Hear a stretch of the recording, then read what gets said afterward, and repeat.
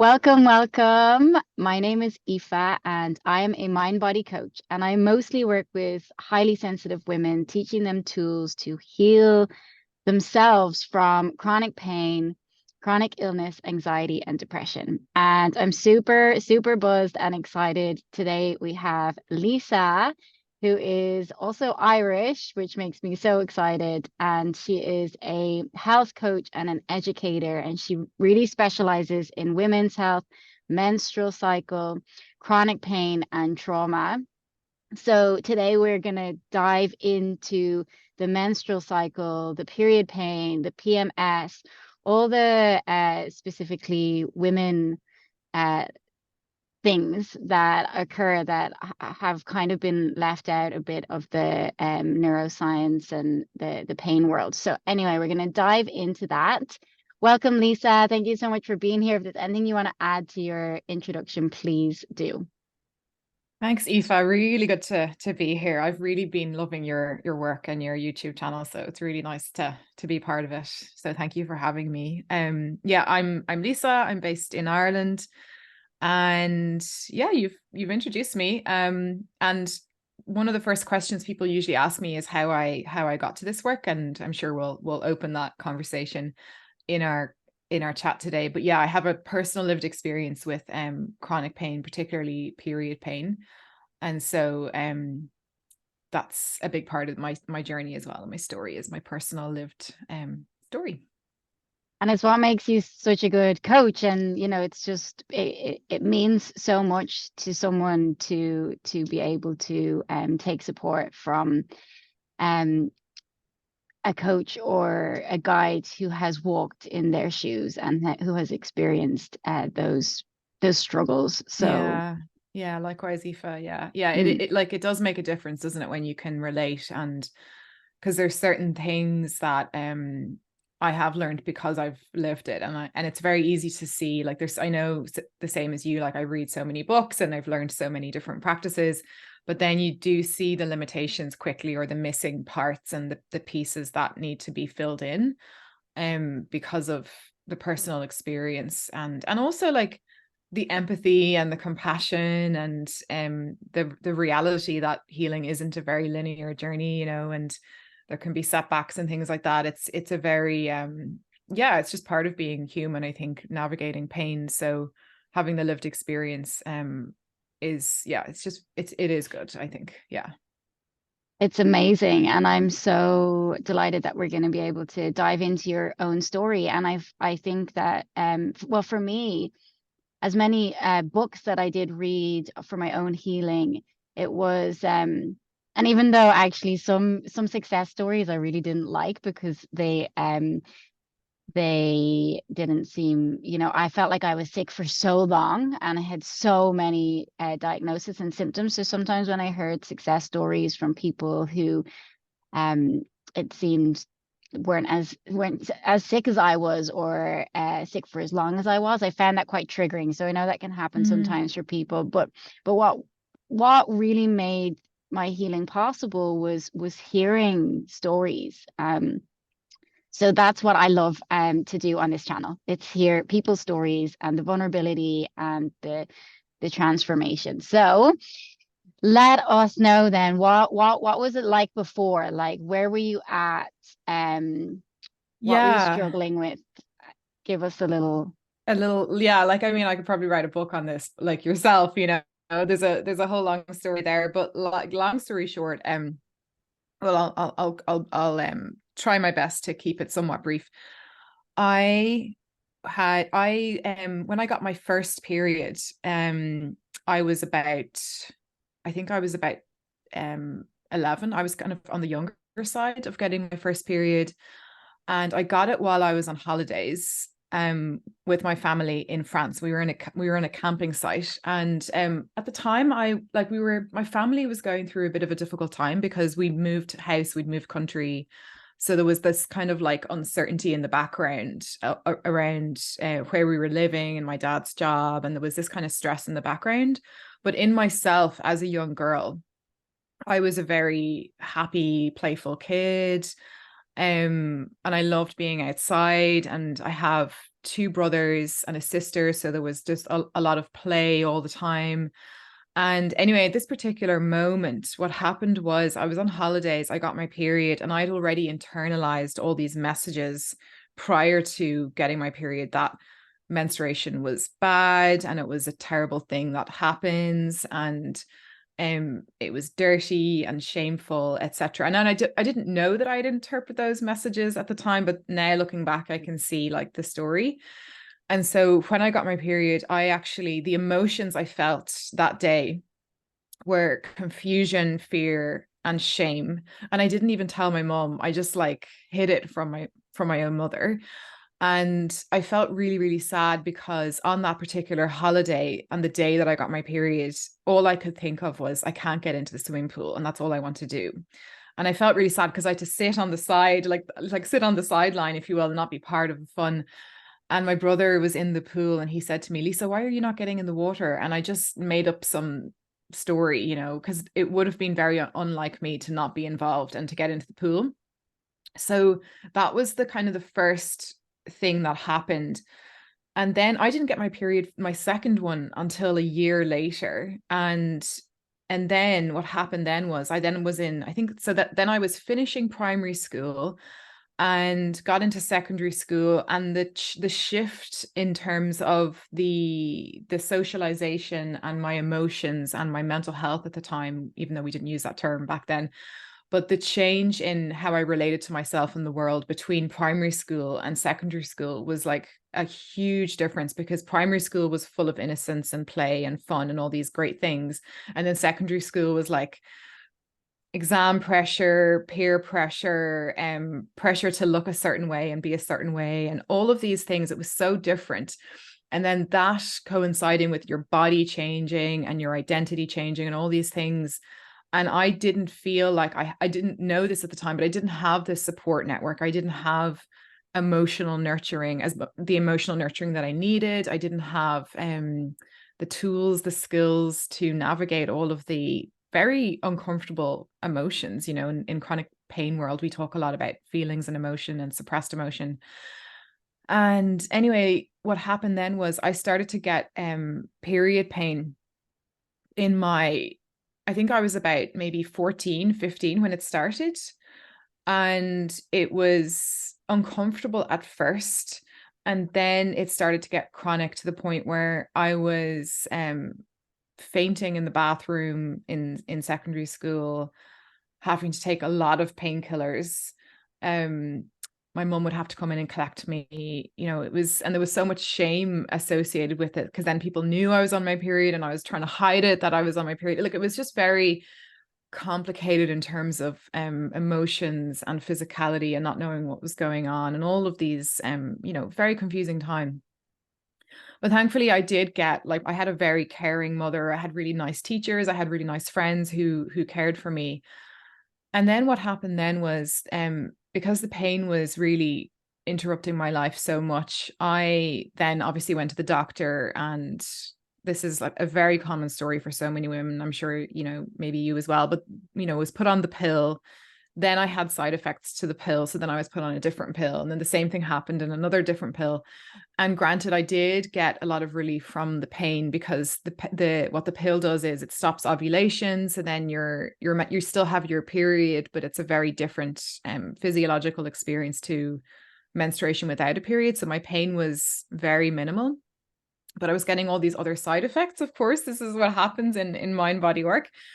So then I started getting breakthrough bleeds. So like, the pill was working but not working. And then I got really bad skin. I got like really bad acne. Then I got really dry skin.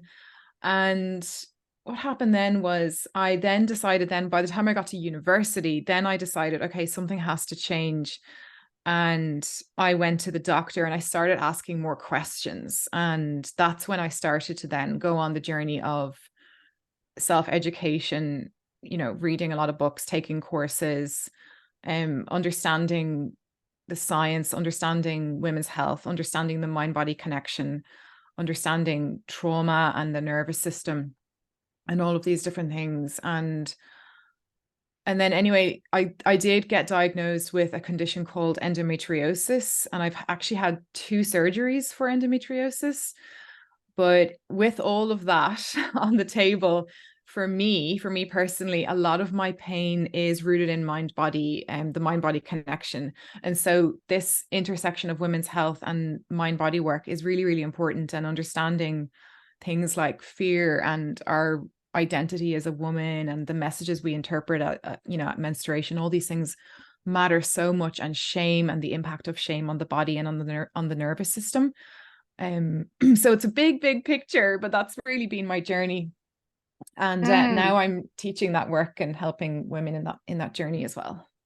I have total goosebumps. I have a similar, different but similar story, and I too was put on the pill, but I still had period pain when I was on the pill, so I was actually told to take the pill nonstop, so I didn't Oh, bleed at all. mm, Um, and yeah, I just love what you were sharing. And you know, it was coming up for me. I was chatting with my group program this week about conflict and like how so much of the pain that we experience, mind body pain, and illness and dis-ease in the body, it comes from conflict.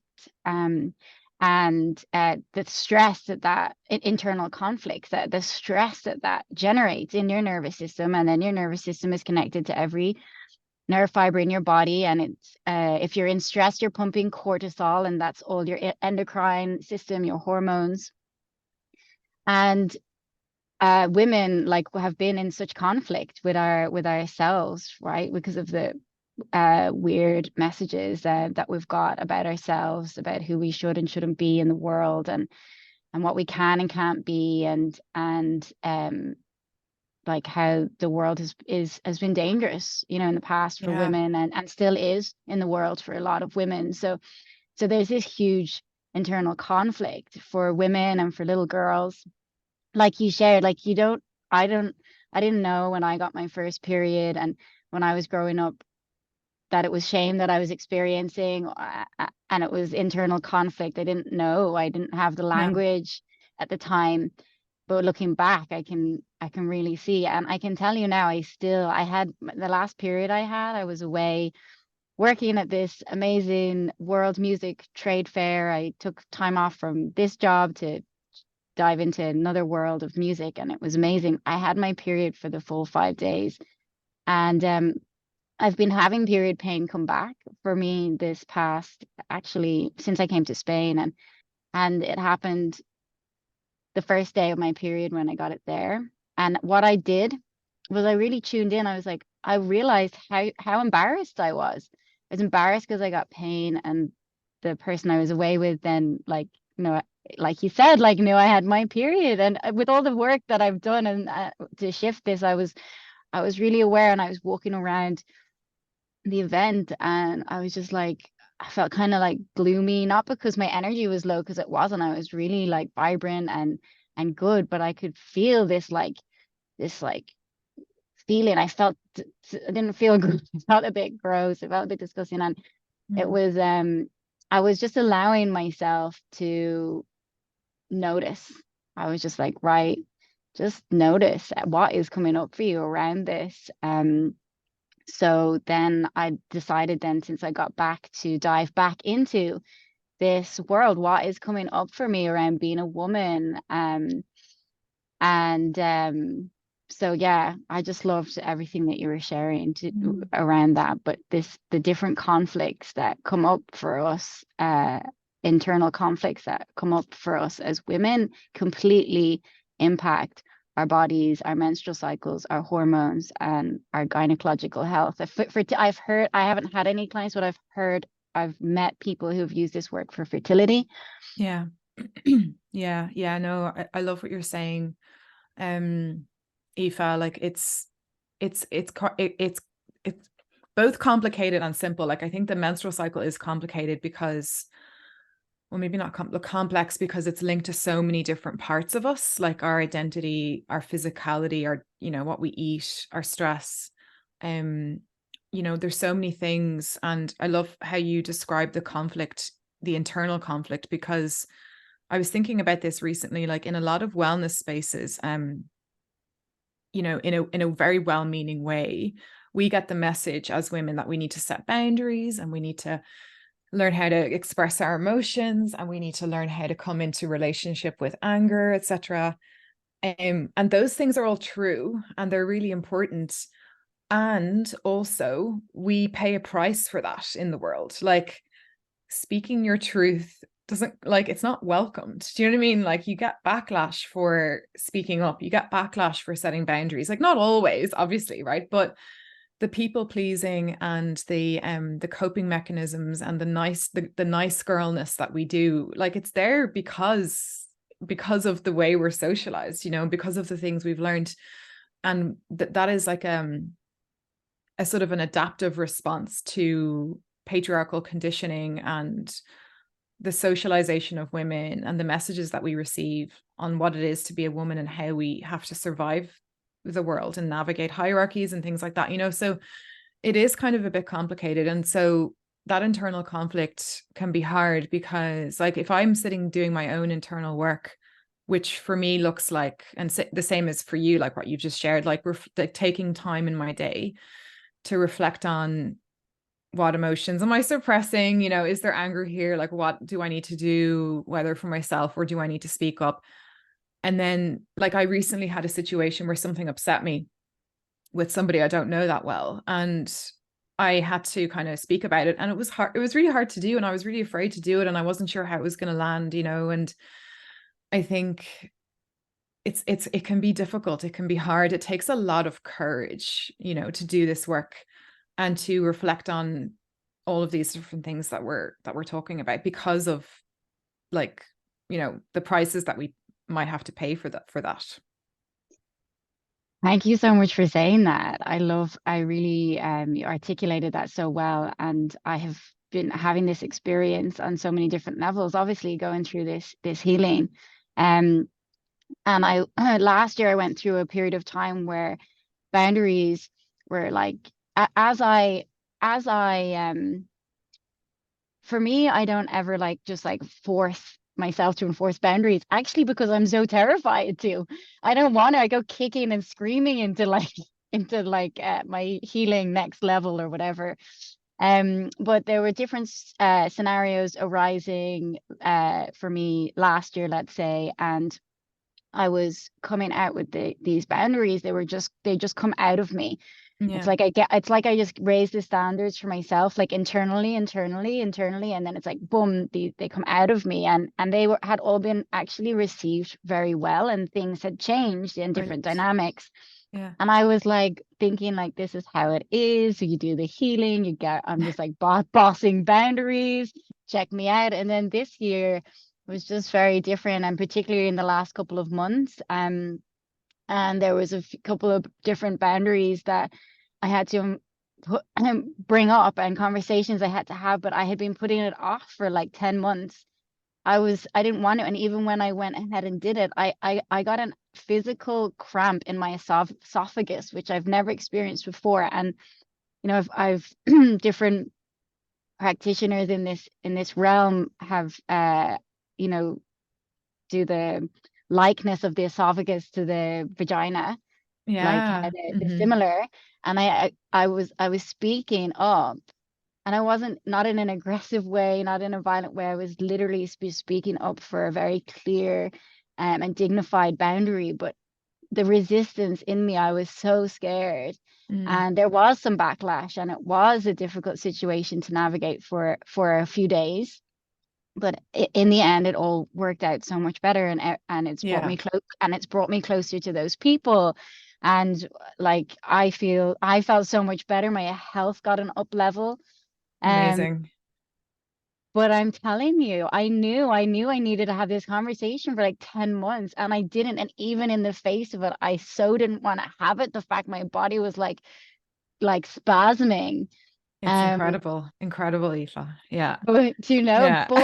but for me, it's just like there's just no other choice. There's just no other choice, because there I was having period pain, or like, a lot of period pain this year had come back, and Mm.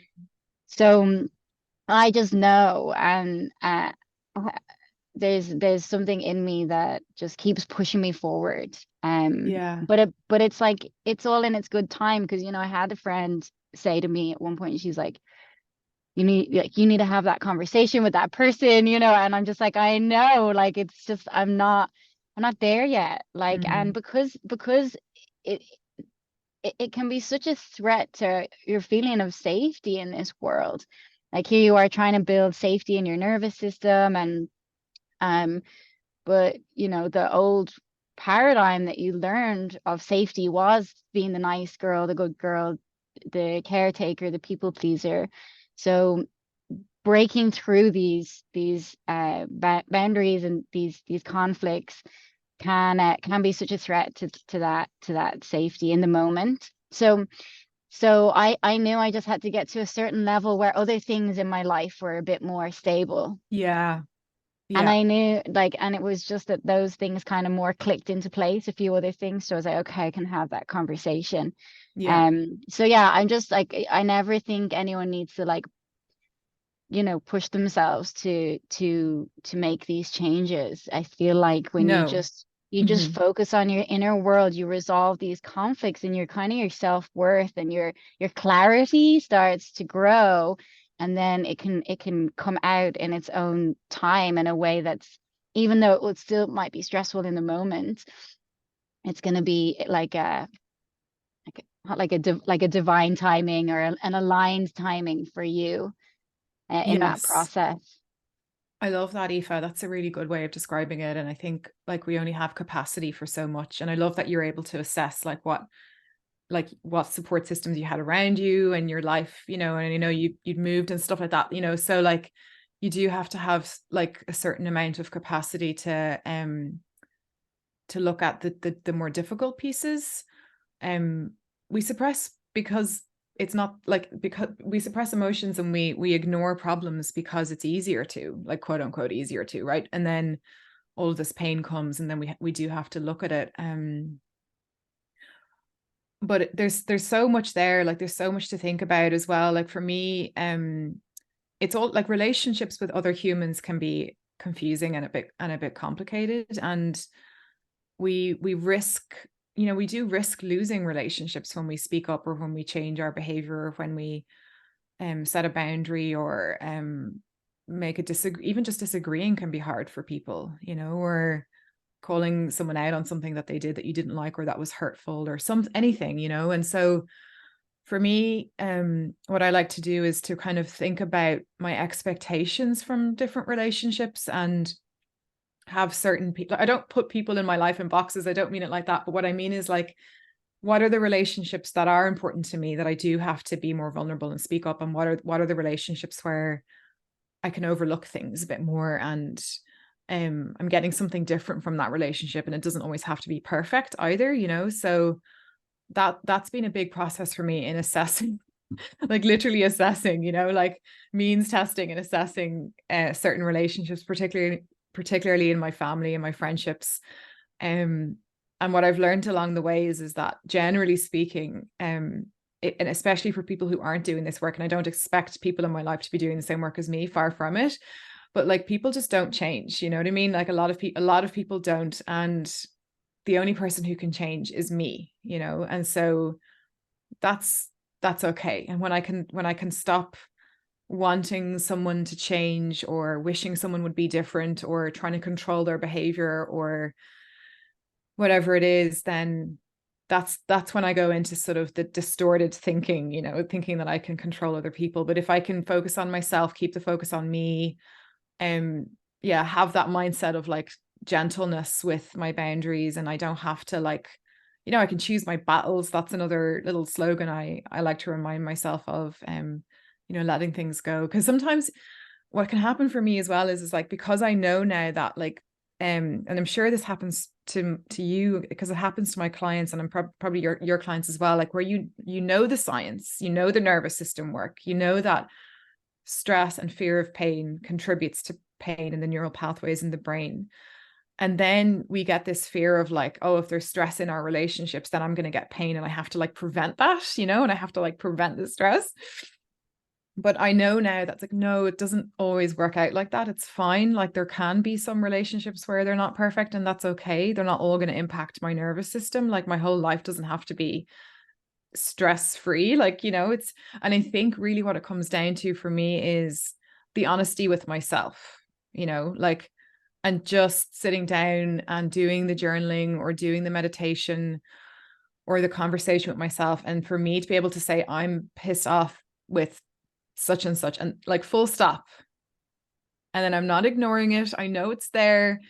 Whether I choose to do something with it or not is a different thing. But once I can actually be really honest with myself about how I feel, that's like the biggest part of the work, I think. I absolutely agree. I absolutely agree. And I've been having a lot of fun. I never thought of it like this, but with the means testing my relationships, I've totally been doing that.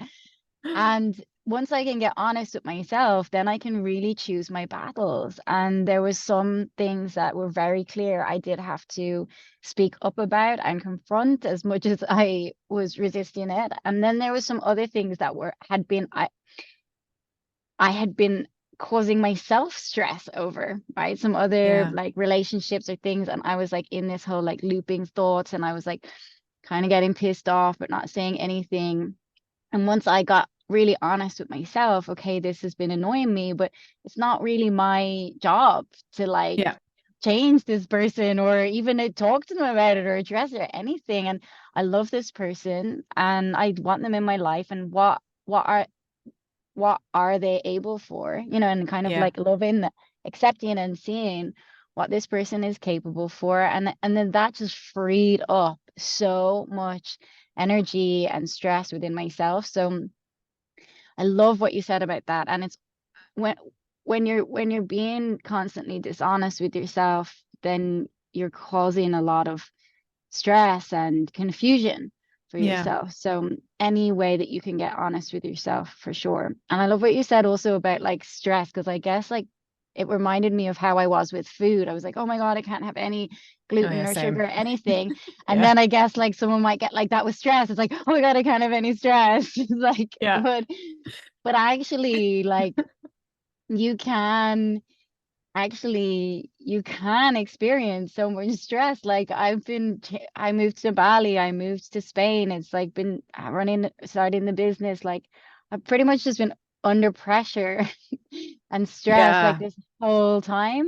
And but it's like um I knew there was an end point. It's not and it's actually been the perfect for me, just the perfect like ex um it's kind of like a way I can sharpen my knife, sharpen my Yeah. tools. I'm like that's how I think of it. And even if it brings up some symptoms and things in my body, I see it as a way of that I'm sharpening my knife. I'm getting like you want a bit of so like you want life is stress, I want to say, in a way. Like it's you want life is experience. Like to be a human is to experience, and that's going to be all the different it's going to be a dynamic experience, and part of that will be pressure and stress and things. But what I love is that the more I do this work, the more resilient I can be in the face of big experiences where there was a point in my life where I couldn't lift my head off a pillow, Yeah. and a grain of gluten would take me out for 2 months. Like Mm. so I was like really not able to leave the house. So I had such, have a huge amount of resilience in the fact of like what I was facing in life, Mm. but I had very little like just ability to live life, to Mm. really live it. So that's the difference. So like definitely not to be scared of stress or to try and control the amount of stress. It's just always about going into yourself and getting honest with yourself about what's going on and what you want. Because if you're experiencing stress because you're getting to somewhere, a place that you really want to go, and it's bringing you places in relationship or in your life, then it has a purpose. Yeah. I love that. There's so much in that, Aoife. like I remember when I was exploring my own journey with endometriosis and pain, and me, like alongside that, learning a lot about the nervous system. It was kind of before I learned about the what's that called? The plastic stuff. What do they say? The neuro. Neuroplasticity, that plastic stuff in your brain, no, that the Play-Doh in there, it is like Play-Doh. You can literally change it overnight. Well, almost. Um, but I remember saying to my supervisor, because I talk to her about my personal life sometimes, about learning about the nervous system. And I said, because it was before my second surgery. I had my second surgery in London for people who, there might be people who are navigating the endometriosis journey. And what you discover on that journey is that you have to, it's better to get if you're doing the surgery route, to get a surgeon who's a specialist in endometriosis rather than just a general gynecologist. That's a whole other conversation. So I went to London for the surgery. And but I was just telling my supervisor that I felt like any kind of sympathetic stimulation. So what I mean by that, like what you're saying, is life, that fight flight response, any kind of stimulation in my nervous system would lead to pain when I was on my period. And she looked at me and she's like, "Oh, so you have to withdraw from life then?" And I was like, fuck. Like, because I thought it was a good thing that I was learning this. I was like, oh, great. Now I could just avoid I don't want to be in fight or flight when I'm in pain, because that's what is causing the pain, And then she's like, so you're going to withdraw from life itself. And I was just like, oh my God. And that's what I love about your work, Aoife, and your personal journey that I've heard you speak about, is loving really hard on yourself and retraining that brain to be safe to leave the front door, and literally take that first step outside the front door and then go back. And then the next day it's 2 steps, and then the next day you might make it to the gate, as an analogy, And when you're doing that, what you're doing then is you're retraining that brain and rewiring the fear pathways in your brain. And that's the work I have to do regularly when it comes to pain, because I've had just so much trauma that is in relation to pain, and being stuck out of home when I had pain, and fainting and shame and all of these terrible things that happened. So now it's about like stepping back into life, loving on myself, building a relationship with the pain if the pain does arise. And what I have found is that the more I can show my nervous system evidence, so that's another term that people use, so show my nervous system evidence that it is safe to do things when I'm on my period, and it's safe to be a woman, and it's safe to have a menstrual cycle, and it's safe to have a period.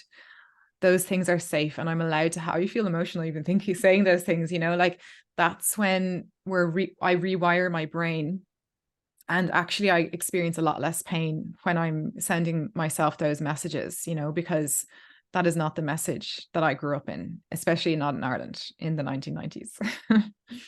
Definitely, me too, Lisa. And I share this a lot, but when I was a kid, I didn't want to be a girl. It's not that I wanted to be a boy, but I didn't want to be a girl. And my heroes were Batman. Anytime I wanted to get my face painted, I wanted to be a tiger or Batman. Um, and so I had a very, from the get-go, I had a big brother and I thought he was the coolest thing ever. And I didn't like any of the Barbies or any of the children's stories that spoke about princesses, except for one book that was called Princess Smarty Pants. And she's basically a princess, and her parent, the king and queen, are trying to get her to marry a prince, but she doesn't want to. And she has all these pet monsters. And every prince, like potential husband that comes along, she puts them to a test. Like they have to do this test, but they always like fail because she has all these like pet monsters.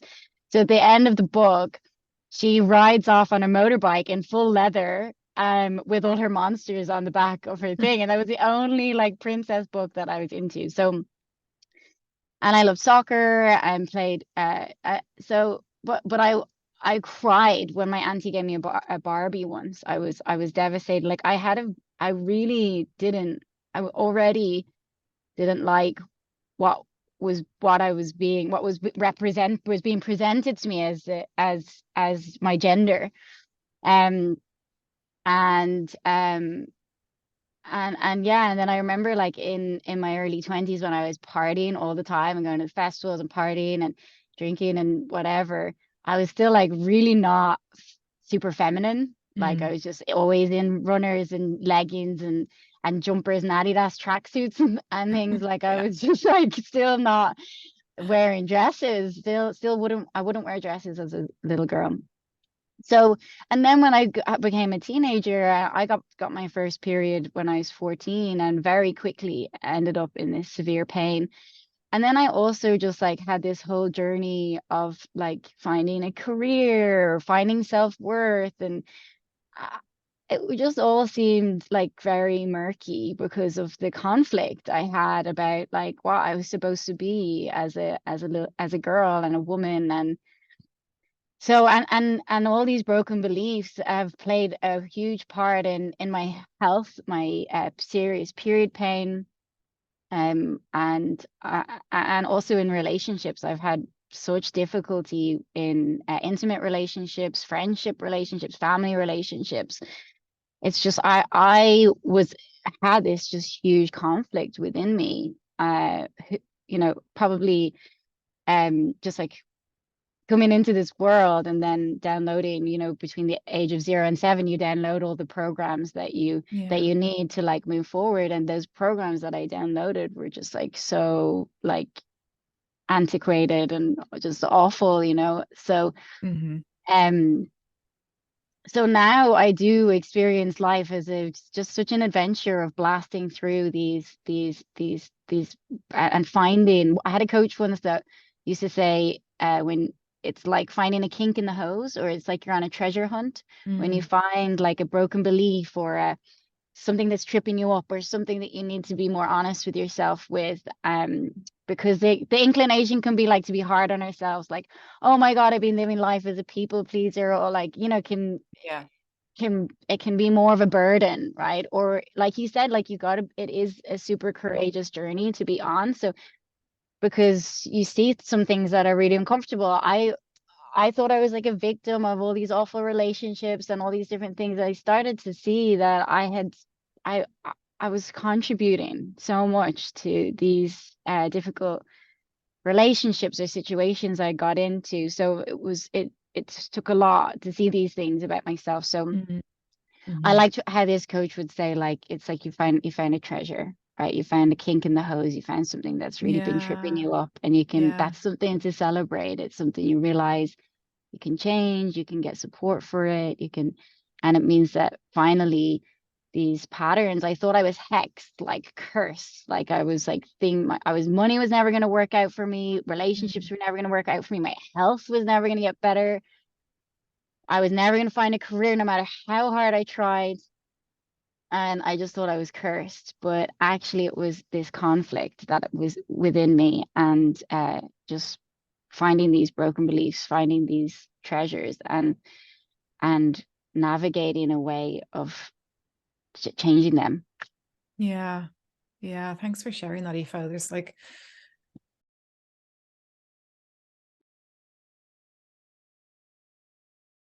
Right there. Can you hear me? Just want to make, let me just, these. yeah. Okay, you're back. Okay, go on. Can you Hopefully hear it's me? recorded. Yeah. You're okay. Okay. Okay. No, no, it's okay. Yeah. Yeah.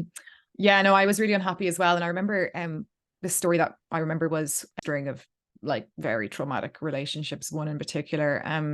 Yeah, and like, probably a conversation, another conversation for another day, is like learning how to be in better relationships, which I have figured out. And it's really great because, yeah, relationships can really make you not well, and they can make you then the opposite really well, like not just romantically, but just all relationships. It's really, really important. But again, it's a lot of messaging we got. You have to find the handsome prince and be the chosen woman, and don't be left on the shelf and all of this nonsense and comparing ourselves to friends who are getting married or getting engaged and having kids. And it's just like, it's a lot of that's a lot of pressure, and then um all of the stuff that goes with being a woman in a heterosexual relationship. It's just, it's a lot, right? So but the one memory I have is that I came to realize that my story was more than just my period when I was in my early 20s, and I was working in a tech company at the time in Dublin. I had a good job, but I was really unhappy under the surface. And I had this really bad cystic acne, and it was really, really getting me down. And I was really self-conscious about it, and it was sore as well. And I made the decision to go to see a dermatologist and, get it figured out. And she advised for me to go on Roaccutane, which is that really, really strong medicine for skin. And I'd had some friends who had really good experience with it, and a lot of people do. And she then said you had to go on the pill because you couldn't get pregnant while you're on it. So I thought, like, that was a bit weird. Like, why would, like, that must be a really strong drug that you have to go on the pill in order to be safe to take it. So I started to research about Roaccutane, and one of the things I saw in the research was that it could contribute to mental health problems as well, and depression. And I like had this like freak out. I got really scared because and I sat with that feeling for a little bit, and I realized, oh my God, if I take this is going to send me over the edge. And I didn't realize that my mental health at the time, because again, we didn't use that term when I was in my early 20s. But I was really unhappy. I was so unhappy, and I was like living exactly like what you were saying, Aoife, living this life of like pretend. And I remember I had actually had a really, really good GP at the time, very holistic general practitioner in Dublin. And I talked to him a bit about it, and I told him that I was depressed. And he looked at me and he said, Lisa, I could put you on the stage because I would never have guessed. Like, that's how good I was at showing up and pretending and putting the mask on. Like, I was masking it so much that I didn't even know myself that I was like really, really deeply depressed.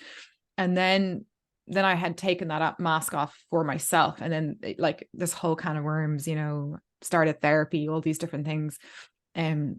But it was an important moment of change in my life, because I think had I not like started to research about it and not been afraid of going on Roaccutane, which I didn't actually go on in the end, I wouldn't have really seen like how much I was bottling in, and putting on this brave face in the world. And like you say, like for me, I also come from a very high achieving academic results oriented family. And I was in like my school, I went to a very, very high pressure school in terms of academics. And then I did perform very well in school. And then I went to Trinity College, which is a very high achieving university here in Ireland. And my God, it was so much pressure. Like, I think, and then I got a job in like a tech company in Dublin, a good job. But like, there was no fun in my life. It was all about achievement. And literally by the time I got to the age of like 23, I had like burnout at 23. Like, normally that doesn't happen until you're like in your 30s, but I was 23. And yeah, it was a really, really tough time. But that was the kind of the point of change for me in my recovery journey, because that was when things got really, really dark for me. But thankfully I got the right supports. Like, I had a really good therapist at the time who helped me through some of that darkness and figure things out. And then I started to, like you, I started to go on the breadcrumb trail of figuring things out. And I discovered my own spirituality and learning about hormones and the menstrual cycle, and this practice called menstrual cycle awareness, and all these things. But it has been a long road. It's been a very long road. And I still, to this day, like now that I work in this space, I've also had to learn that my personal journey is also very separate, even though like we talked about at the start, like my personal journey, yes, it informs my practice and my work, but I have really good boundaries around that now. And I give myself full permission if I need to be a broken mess in my personal life and still be able to like work, and that's great, because it doesn't mean there's like that inner critic just isn't there. Because sometimes I see in my own peers and in people I train, because I do some professional training, people think, oh, they need to have their life sorted before they can coach or before they can do therapeutic work. But it's just not true. You don't have to have everything fixed, because it's never going to be totally perfect. I love that so much. And I'm the same. And I always find when I go through like a you know, a difficult time myself, then, you know, after that I have that bit to share with the clients that Yeah. me. I love that. And also it can you know, when you're doing what you're great at, um you know, it's just you can do it. And Exactly. And I think as well, like what I say to my own students is because they like a lot of, because I do some, like I said, I do some training, and I train professionals in menstrual cycle awareness work and nervous system work. And a lot of them, they come to me thinking I'm going to teach them all this information, which I do. I teach them information. But ultimately, what I want my students to learn is the more we can hold space for ourselves and compassion for ourselves and contain, like a container for ourselves, like all parts of ourselves, like you talked about with like the uncomfortable feelings that came up at the music festival and all that kind of thing, and my own anger in the mornings if I have something going on in my life, then I have capacity to sit with someone else's like full process, you know, and full journey and all of the parts of them, because I've already addressed my own piece. And the more I can be like regulated and containing for myself, the more it's like an energy, like we co-regulate in our nervous system. We, you know, the way, especially if you're a highly sensitive person, I know your clients are as well, we pick up on stress when we feel it off people. And the opposite is also true. We pick up on calm and, you know, containing energy and people who are safe and trust themselves and have capacity for hope and reassurance for themselves and know how to get to clarity, you know, with things like that. So that's really like what I want to be able to do in my work is like, can I be that like strong guiding light for people to help them figure out their next step? Because I don't know what their next step is going to be. I can make suggestions and things, but really it's about supporting people to come back to their own inner compass, isn't it? And helping them take the next step. totally. And I love what you're sharing, because I'm thinking anyone who's listening who is not a coach or a therapist, but is a mother or a wife Yeah. or a daughter A or friend. Yeah. whatever. Like, I'm just thinking that totally applies when you are yeah, you just don't have to have all your ducks in a row and all your shit together and like be in this like relaxed nervous system state. Like, but when you're getting honest with yourself and you're holding space for yourself and you are taking support for yourself, and then you just have the capacity to show up. It's like showing up for a relationship or work or caretaking or doing the groceries or whatever it is you got to do in the day. um so I love that. And Yeah. it's just been this journey of healing, like for me is a journey of just becoming more authentic in yourself and more honest in yourself and more vulnerable in yourself, which makes life so much more like tender and beautiful, and also like sad and heartbreaking and all of the things. um so yeah, oh my God, we could talk I forever. know. There's so many topics. There's like the body and the nervous system and pain. And then there's like gender and socialization. And I love that the world, like maybe not the mainstream world, but my circles and some of my friends do talk about gender more. And I think that's so good, you know, that we reflect on our identity with our gender. I know my partner, my male partner, he like thinks about that for himself. Like he thinks about his relationship with anger as a man in society and the messages he got and all that kind of thing. Like he, I think for men, like their anger is celebrated, but then it's like coming out in really aggressive forms as well. Like look at what's going on in the world. And whereas for women, it's like kept inside and we have to be quiet. But there needs to be a healthier way to show up in our gender and our gender identity. And we have choice, we have agency and choice around how we choose to relate to that. You know, we don't have to internalize all these messages that are, like you said, you know, the dresses and all that. And if that is you, then great, do that. But it doesn't mean, it's just, there's just so much there in terms of gender. And it's a huge, huge piece that I think is missing in the wellness space, but it's starting to come into the conversation now, which is really good. Totally. And that's what I wanted to bring it back to, exactly what you said. These topics that we're talking about, they're literally directly related to your health and the stress that's being generated in your body. And particularly what we are talking about is like gynecological period pain, these sorts of feminine medical problems that can be helped by this kind of work also. Yeah. And it's Absolutely. amazing. Yeah, it's amazing that these conversations are being had, and hopefully we can start to change things for the next generation and for ourselves. And yeah, if anyone, I'm going to leave all your details in the description so anyone can get in touch with you. I know you have like a new group program starting that you launched, and any others, maybe practitioners want to get in touch with you to learn about nervous system work and the menstrual cycle awareness, which is incredible work as well. So I'm going to leave all the details for people to get in touch with you. And yeah, just thank you so much. I absolutely love hanging out with you. I can't wait to get back to Ireland so we can hang out properly and create something cool things together. And yeah, just thanks. Thank you so much, Aoife, and thanks everyone for listening. It's been fun chatting about these topics. Thank you. Yay.